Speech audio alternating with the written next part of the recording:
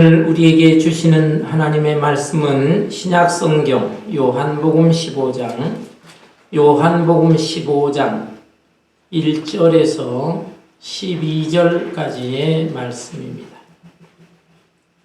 신약성경 173페이지 요한복음 15장 1절에서 12절까지 제가 한 절, 여러분 한 절 교독하겠습니다. 나는 참 포도나무요 내 아버지는 농부라. 물은 내게 붙어 있어 열매를 맺지 아니하는 가지는 아버지께서 그것을 제거해 버리시고 무릇 열매를 맺는 가지는 더 열매를 맺게 하려 하여 그것을 깨끗하게 하시느니라.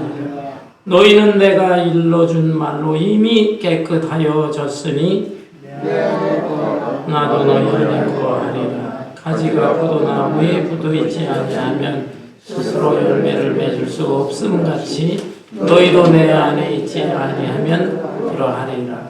나는 포도나무여 너희는 가지라. 그가 내 안에 내가 그 안에 거하면 사람이 열매를 많이 맺나니 나를 떠나서는 너희가 아무것도 할 수 없음이라.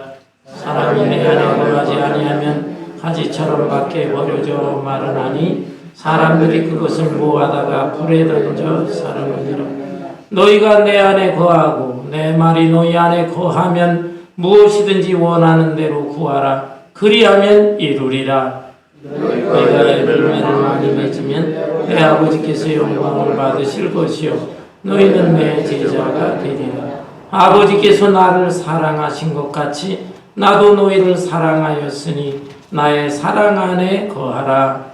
내가 아버지의 계명을 지켜 그의 사랑 안에 거하는 것 같이 너희도 내 계명을 지키며 내 사랑 안에 거하리라. 내가 이것을 너희에게 이름은 내 기쁨이 너희 안에 있어 너희 기쁨을 충만하게 하려 함이라.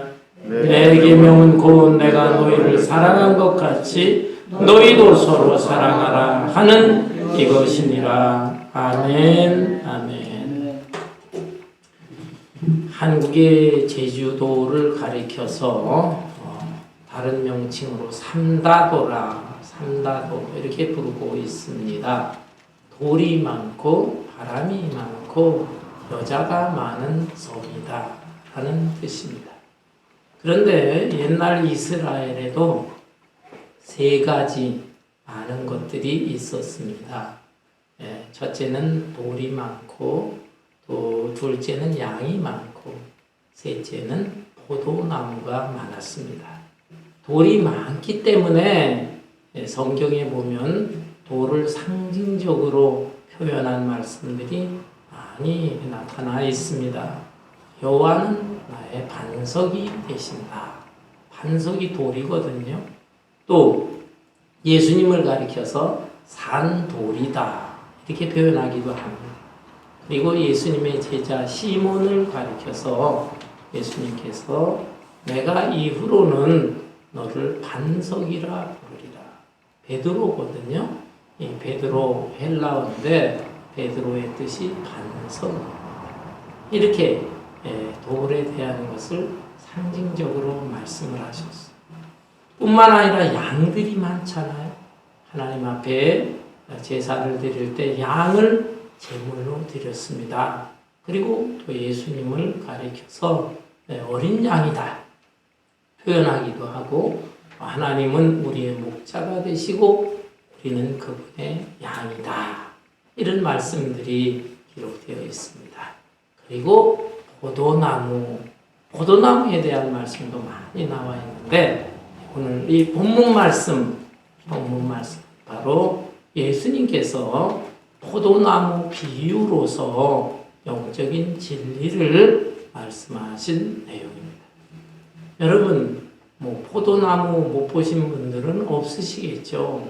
요즘 젊은 사람들이나 어린아이들은 포도나무가 어떻게 생겼는지 몰라요. 그러나 우리 교회에는 다연세들이 있으시기 때문에 포도나무를 모르는 분들은 없을 것입니다. 저도 어린 시절에 시골에서 자랐는데 저희 집 마당이 제법 컸어요. 그래서 농사 짓는 집은 아닙니다. 아버님이 공무원이셨는데 마당이 넓어서 복숭아 나무도 심고 뭐 이것저것 심는데 포도나무 두 그루가 심겨져 있었어요. 그래서 제가 어려서 포도나무 자라는 모습, 또 그 가지 치는 모습, 또 열매 맺는 거 이런 것들을 제가 다 보면서 자랐습니다. 여러분, 포도나무는요, 이 뒤틀리면서 나무가 자랍니다. 그래서 나무라고 하기보다는 줄기 비슷하기도 해요.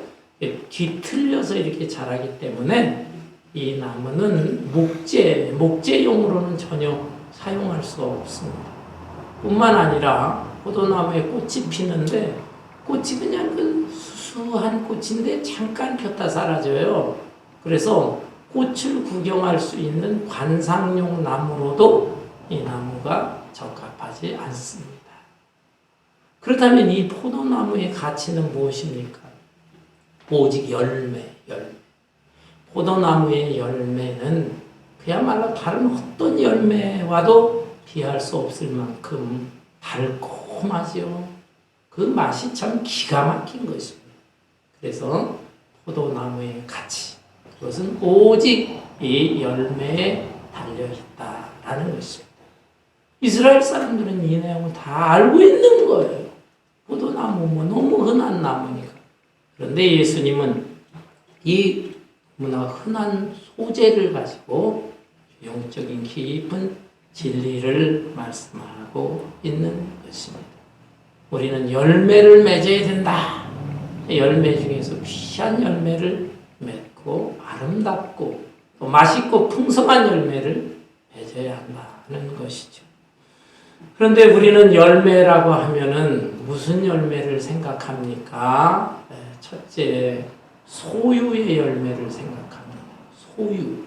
곧 돈을 많이 벌고 또 지식도 많이 쌓고 명예와 권력을 갖고 이런 것들이 많아질 때 나는 성공한 사람이다. 나는 행복하다. 이런 생각을 합니다. 그러나 여러분, 이 소유가 우리에게 완전한 행복과 만족을 주지는 못합니다. 우리가 글쎄요, 우리 교회는 아주 돈 많은 부자는 없으신 것 같아요. 그래서 건물이 몇 채씩 있고 또 뭐 큰 회사를 운영하고 이런 재벌들을 볼 때 저 사람들은 얼마나 행복할까라고 때때로 부러워할 수 있겠지만 그 사람들의 속을 다 들여다보세요. 거기도 여러 가지 우여곡절이 있고 안타까움이 있고 불행한 일들이 있고 돈으로 해결할 수 없는 것들도 너무나 많이 있는 것입니다. 1900년대 초죠. 그러니까 20세기 초, 19세기 말에서 20세기 초, 지금부터 한 100년 이상 됐는데 미국에서 가장 돈 많은 부자가 록펠러라는 사람이었어요. 록펠러. 이 록펠러가 참 학자까지 노력하고 뭐 열심히 벌고 해서 또 석유 재벌이 돼가지고 미국에서 최고 부자일 뿐만 아니라 세계 최고의 부자가 되었습니다. 어느 날 타임스 기자가 이 록펠러와 인터뷰를 합니다. 얼마나 좋으십니까? 얼마나 행복하십니까? 얼마나 만족하십니까?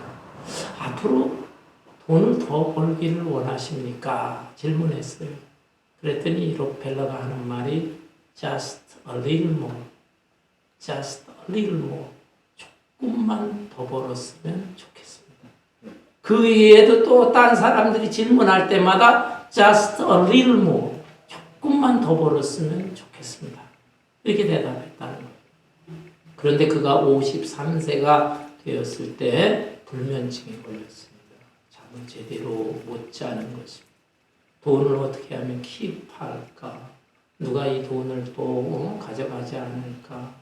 또 살인 강도 이런 사람들이 더 오지 않을까? 여러 생각이 많았겠죠. 불면증에 걸렸고 그러다 보니까 식사를 제대로 못합니다. 그래서 겨우 우유 한 잔에 비스켓 몇 조가리 정도 그렇게 먹으면서 지냈던 것이죠. 그러던 어느 날 누가복음 6장에 나와 있는 성경 말씀을 접하게 되었습니다. 주라, 주라. 그리하면 다시 후하게 받을 것이다. 내가 넘치도록, 흔들어 넘치도록 너에게 줄 것이다. 이 말씀이 확 다가왔어요. 그래서 내가 움켜만 주려고 지금까지 살았구나. 이제는 다른 사람에게 이 사회에 베풀면서 살아야 되겠다. 이런 생각을 하게 됐습니다. 그리하여 록펠러 파운데이션 재단을 만들었어요. 그리고 베풀기를 시작하는데 어마어마합니다. 이 사회에 참 도네이션들을 하고 하는데 유명한 U of 시카고 대학을 비롯해서 무려 12개의 종합대학에 대학을 건립하기도 하고 또 후원도 했어요. 시카고 대학 같은 그 대학은 전 세계에서 노벨상을 제일 많이 받은 50몇 개 노벨상 배출자를 만들어낸 그런 대학이기도 한 것입니다. 여러분, 뿐만 아니라 교회를 세우는데 교회를 세우고 후원한 것이 한 4,500개 정도. 대표적인 교회가 뉴욕에 있는 리버사이드 처치.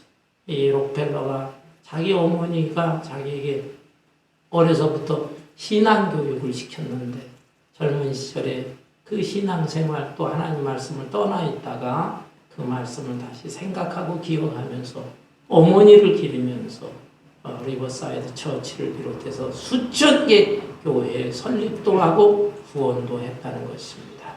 그러면서 희한하게 건강이 회복된 거예요. 하나님께서 또 축복도 해주시고 그래서 53세부터 병을 앓았는데 그게 싹 사라지면서 무려 98세까지 장수의 복을 받았던 것입니다. 여러분, 에리 프롬이라고 하는 유명한 심리학자이면서 사회학자인 이 사람은 인간의 행복이 어디 있느냐? 소유냐 존재냐? 소유냐 존재냐? 유명한 책을 썼어요. 사람이 소유를 통해서가 아니라 존재, 내가 어떤 존재가 되느냐? 여기에 진정한 행복이 있다. 이렇게 주장을 하기도 했습니다. 어떻든 사람들은 소유의 열매, 이 열매를 맺기를 원합니다. 그렇지만 이거보다 더 귀한 열매는 인격의 열매라는 것입니다. 인격의 열매. 이 인격이라고 하는 것은 어떻게 생성되는 것인가? 태어날 때부터 사람 속에, 마음 속에 들어있어요. 그런데 천성적으로 태어날 때 온유하고 부드럽고 착하게 태어나는 사람이 있고 또 어떤 사람은 거칠고 사납고 또 좀 포악하게 태어나는 사람도 있는 것은 사실입니다. 그렇지만 이것은 상대적이에요. 상대적. 사람들끼리 비교해 볼 때 보편적으로 이 사람은 참 유순하고 좋은 사람이다. 이 사람은 왜 거칠고 저렇게 악독할까? 이게 상대적인 것이고 인간의 마음 속에는 누구나 다 죄성이라는 게 있어요. 죄성. 그래서 어떤 특별한 상황이나 또 환경에 접하게 되면 이 밑바닥에 있었던 그 잠재의식 속에 있었던 그 악한 죄성이 겉으로 드러나게 되는 것입니다. 어떤 중년 남자가요, 아주 참 친절해. 사람들에게 매너가 좋아요. 그래서 그 동네 아주머니들이 그 부인에게 참 당신은 좋겠다고 저렇게 좋은 남편과 사니 얼마나 행복하냐고 했더니 이 여자분이 하는 말이 모르는 소리 그만하세요. 살아보세요. 한 달만 살면 그놈이 다 그놈이에요. 이렇게 말했다는 얘기가 있습니다. 여러분, 그렇습니다. 겉으로 볼 때, 또 일시적으로 볼 때, 좋은 사람 같고, 착한 사람 같고, 온유하고 겸손한 사람 같고, 그래요. 그러나 꾸정물을 보십시오. 꾸정물의 겉표면을 보면 그런 대로 봐줄만 합니다. 그러나 한번 그 속을 막대기, 짝대기로 휘저으면 온갖 더러운 것들이 다 게을러 올라오잖아요. 그것처럼 사람들도 어떤 특별한 상황이나 결정적인 상황이 되게 되면 겉으로 그 좋은 사람 같아도 다 겨우 나올 수가 있다라는 것입니다. 그래서 천성적으로 볼 때 저 사람 좋은 사람이야, 법 없이도 못 산 사람이야, 이것으로 우리는 사람들을 다 평가할 수는 없어요. 그렇다면 사람의 인격은 어떻게 하면 정말로 아름다운 인격을 맺을 수 있을까? 그것은 속사람이 바뀌어야 돼요. 속에 있는 이 죄성 자체가 이게 다 다스려지면서 우리가 거룩한 성화의 삶을 살 때 그 아름다운 인격자가 되는 것입니다. 이것은 성령의 역사로만 가능합니다. 그래서 갈라디아서 5장 22절 이하에 보면 오직 성령의 열매는 사랑과 희락과 화평과 오래 참음과 자비와 양성과 충성과 온유와 절제의 열매를 맺느니라. 여기 성령의 대표적인 열매 9가지 열매가 있는데 그 9가지 열매는 다 인격적인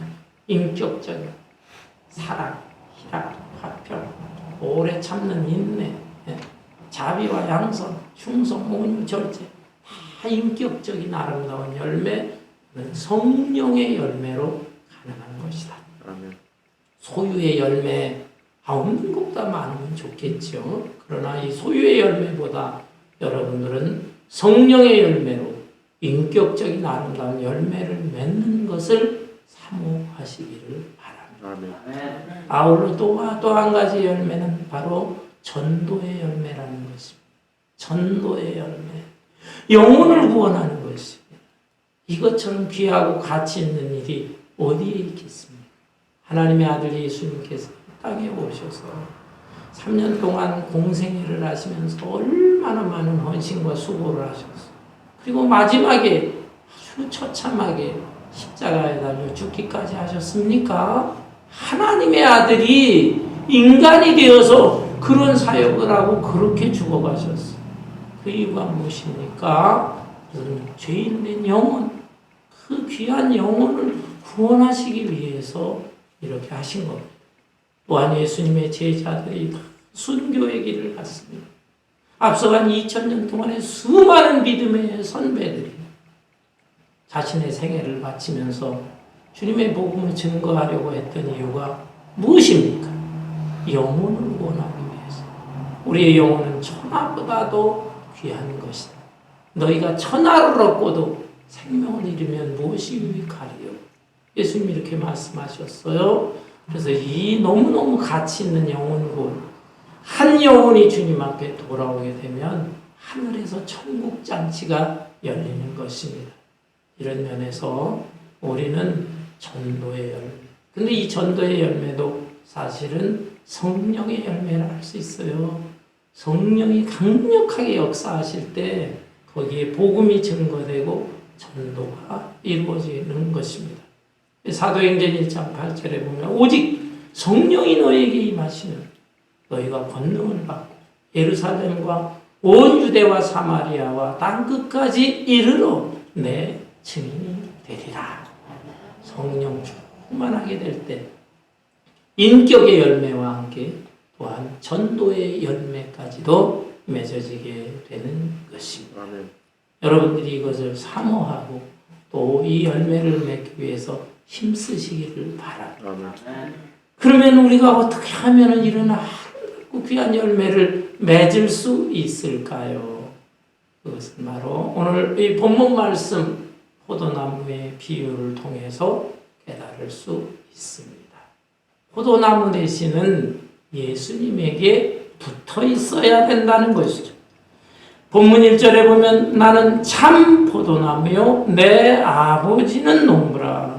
물은 내게 붙어 있어 열매를 맺지 아니하는 가지는 아버지께서 그것을 제거해 버리시고 무릇 열매를 맺는 가지는 더 열매를 맺게 하려 하여 그것을 깨끗하게 하시느니라.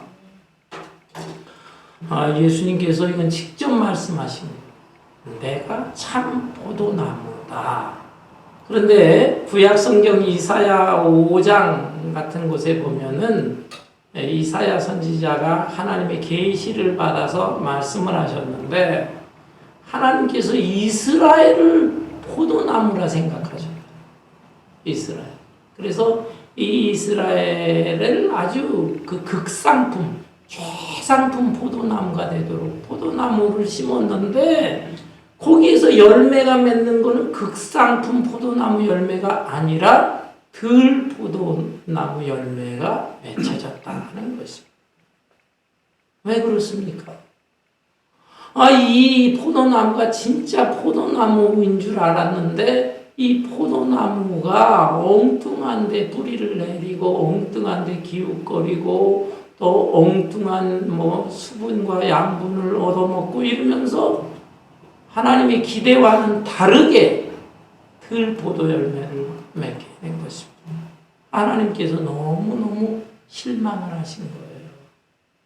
그렇지만 하나님은 인간을 사랑하십니다. 그래서 어떻게 하면 이 들 포도 열매가 아니라 참 포도 열매를 맺게 할 것인가? 하나님께서 고민을 하셨어요. 그리고 하나님께서 우리 인간을 사랑하셔서 참 포도나무로 예수님을 보낸 것입니다. 이 세상에는 참 포도나무가 없었단 말이에요. 다 하나님이 극상품 포도 열매를 맺기를 원하셨지만은 이 자들이 다 죄를 짓고 해서 들 포도 열매를 맺어. 그래서 하나님께서 탄식하시다가 하나님의 참된 아들, 죄 없는 아들, 구주가 되시는 참 포도나무 대신 예수님을 이 세상에 보내신 것입니다. 그래서 예수님은 나는 포도나무요 이렇게 말씀하신 게 아니에요. 나는 참 포도나무요 라고 말씀하신 거예요. 이 참 포도나무에 가지가 붙어 있어야 된다는 거예요. 우리 인생들은 다 죄인된 아담의 후손이에요. 그 아담에게 붙어 있던 자들이기 때문에 거기에서 우리는 떨어져 나와서 참 포도나무 대신 예수님에게 접붙임을 받아요. 접붙임을. 그래서 접붙여져서 이렇게 될 때에 우리는 진정한 아름다운 열매를 맺을 수가 있는 것입니다. 그런데 여기서 생각할 것이 있어요. 참 포도나무 대신 예수님에게 붙어 있으면서도 열매를 제대로 못 맺는 경우가 있다. 그런 경우는 어떤 경우일까요? 그 가지가 깨끗하지를 못해요. 깨끗하지를 못하고 아마 벌레 먹었든지 병이 들었든지 하게 되면 참 포도나무에 붙어 있을지라도 제대로 열매가 맺을 수가 없는 것입니다. 그래서 예수님은 열매를 맺지 않는 가지는 잘라버릴 수밖에 없다. 그리고 잘 깨끗하게 붙어있는 가지는 오히려 더 풍성하게 맺혀질 수 있다는 것입니다. 이 포도나무뿐만 아니라 다른 과일나무도 보십시오. 열매를 잘 맺게 하기 위해서는 병든 것들을 다 잘라내잖아요. 가지치기를 잘 할 때 그 단단히 붙어있는 가지에는 아주 풍성한 열매가 맺혀질 수 있는 것입니다. 따라서 우리의 경우도 내가 예수 믿는다. 나는 예수님에게 붙어있다. 라고 안심만 해서는 안 돼요. 아직도 성격이 못됐어요. 내가 말하는 거, 행동하는 거, 잘못된 말, 잘못된 행동, 잘못된 습관 이런 것들이 있습니다. 이거 다 벌레 먹은 가지나 마찬가지예요. 그런 것을 철저히 그때마다 회개해야 됩니다. 회개해서 깨끗한 가지 상태가 되어 있어요. 깨끗한 가지로 유지를 하고 있을 때 그때에 아름답고 풍성한 열매가 맺혀지게 되는 것입니다. 깨끗한 가지로서 붙어 있어라. 그 다음에 두 번째로 생각할 것은 깨끗한 가지지만은 또 든든히 잘 붙어 있어야 됩니다. 어떤 가지들은 벌레 먹은 것 같지도 않거든요. 근데 열매가 맺혀 있질 않아요. 깨끗한 가지인데 왜 열매가 안 맺혔을까? 가서 이렇게 잘 보면은 나뭇가지가 꺾어져 있어. 꺾어져 있고 단단히 붙어 있질 않아요. 그러니 거기에 양분이나 수분이나 제대로 관리가 없는 것이죠. 그래서 이런 가지들도 또 잘라질 수가 있는 것입니다. 여러분, 이런 면에서 우리도 조심해야 됩니다. 예수 믿는다고 하지만은 그냥 머릿속으로만 믿고 실제 생활 속에서는 예수님과 꺾여져 살고 있지는 않는 거예요. 겨우 지금 간당간당한 붙어있는 그런 정도의 상태, 그런 상태는 아름다운 열매가 제대로 맺을 수가 없는 것이에요. 그래서 본문 3절에 보면 너희는 내가 일러준 말로 이미 깨끗하였으니, 예수를 믿음으로써 일단 죄사함 받고 하나님의 자녀가 됐어요. 신분이 바뀌어졌어요. 신분이. 그렇지만 계속해서 단단하게 붙어 있어야 됩니다. 4절에 내 안에 거하라 나도 너희 안에 거하리라. 가지가 포도나무에 붙어 있지 아니하면 스스로 열매를 맺을 수 없음 같이 너희도 내 안에 있지 아니하면 그러하리라. 한당한당하게 꺾여져 있는 상태에서 겨우 붙어 있는 이런 상태로는 결코 열매가 맺을 수 없다라는 것입니다. 그래서 깨끗하게 죄 있을 때마다 회개하면서 깨끗한 가지로서 붙어 있어야 되고, 뿐만 아니라 주님과의 관계가 끊어지지 않도록 늘 단단하게 붙어 있어야 한다라는 것입니다. 5절 6절에 보면 나는 포도나무요 너희는 가지라. 그가 내 안에 내가 그 안에 거하면 사람이 열매를 많이 맺나니 나를 떠나서는 너희가 아무것도 할 수 없음이라. 사람이 내 안에 거하지 아니하면 가지처럼 밖에 버려져 마르나니 사람들이 그것을 모아다가 불에 던져 사르느니라. 예, 단단히 붙어 있다는 그것이 무엇이냐 하면은 예수님께서 말씀하시기를 너희가 내 안에 거하고 내가 너희 안에 거하는 것이다. 예수님과 아주 친밀한 상태를 유지해야 됩니다. 친밀한 교제의 상태를 유지할 때에 그때의 열매를 맺는 것이다. 그리고 나를 떠나서는 너희는 아무것도 할 수가 없다는 것이죠. 이것은 예수님을 내 영혼의 구주일 뿐만 아니라 삶의 주인으로 모시면서 산다. 삶의 주인이라는 것은 뭐예요? 크고 작은 일, 모든 것을 주님과 상의를 하면서 그렇게 친밀한 교제를 나누면서 살아야 된다는 것이에요.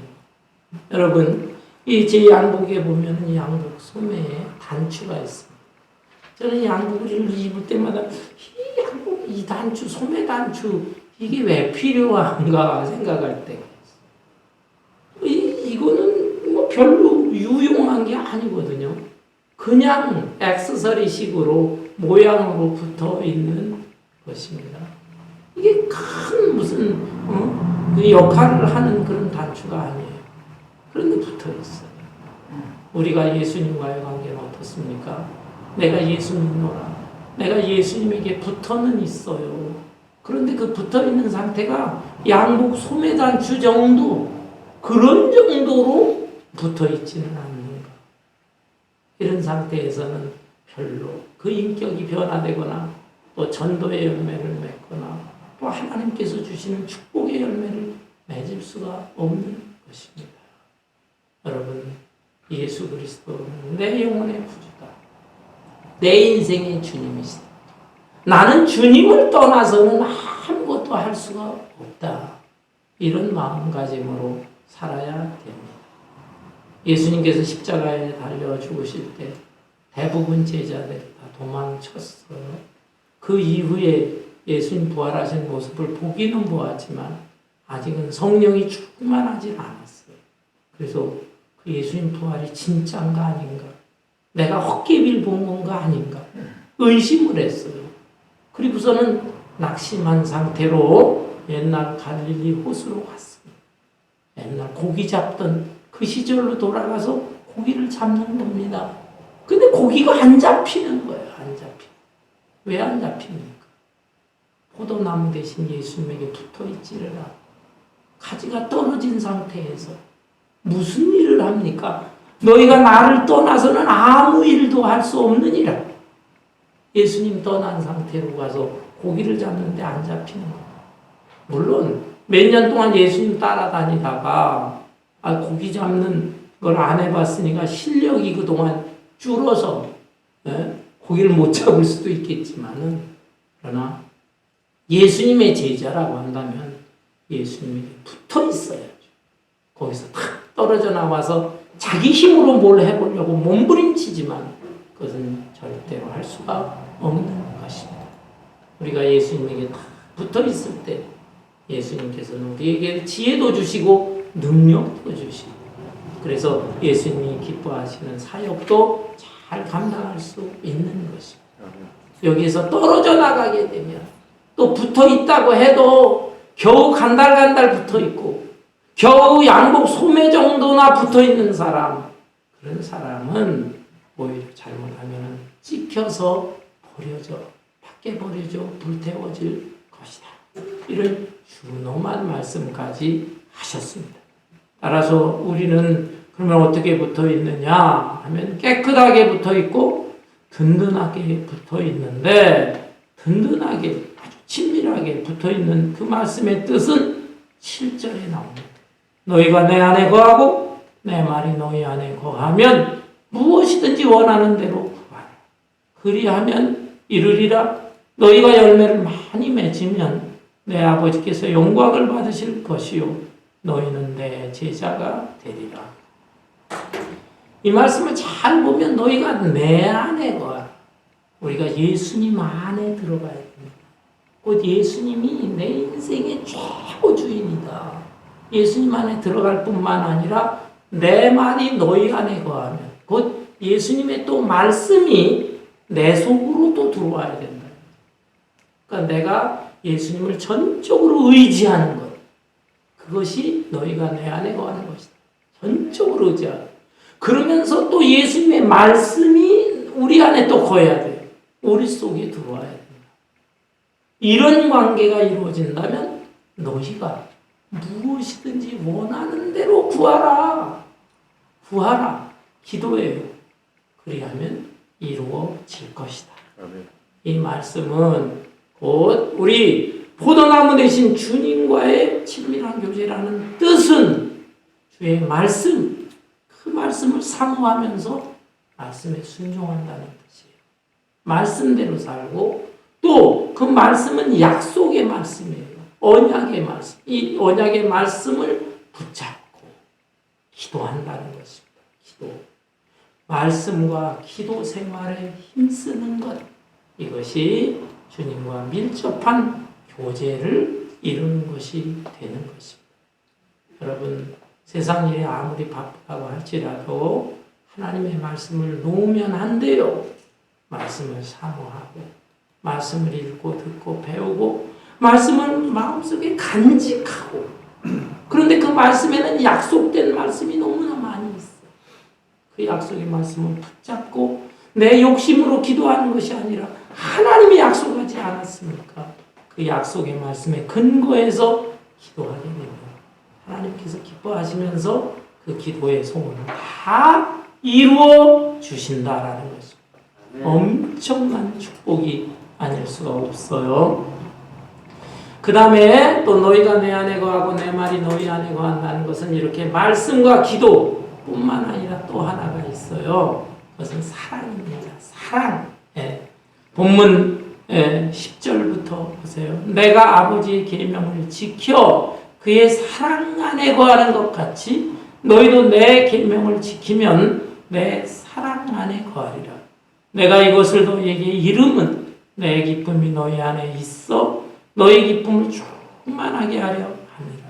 내 계명은 곧 내가 너희를 사랑한 것 같이 너희도 서로 사랑하라 하는 이것이니라.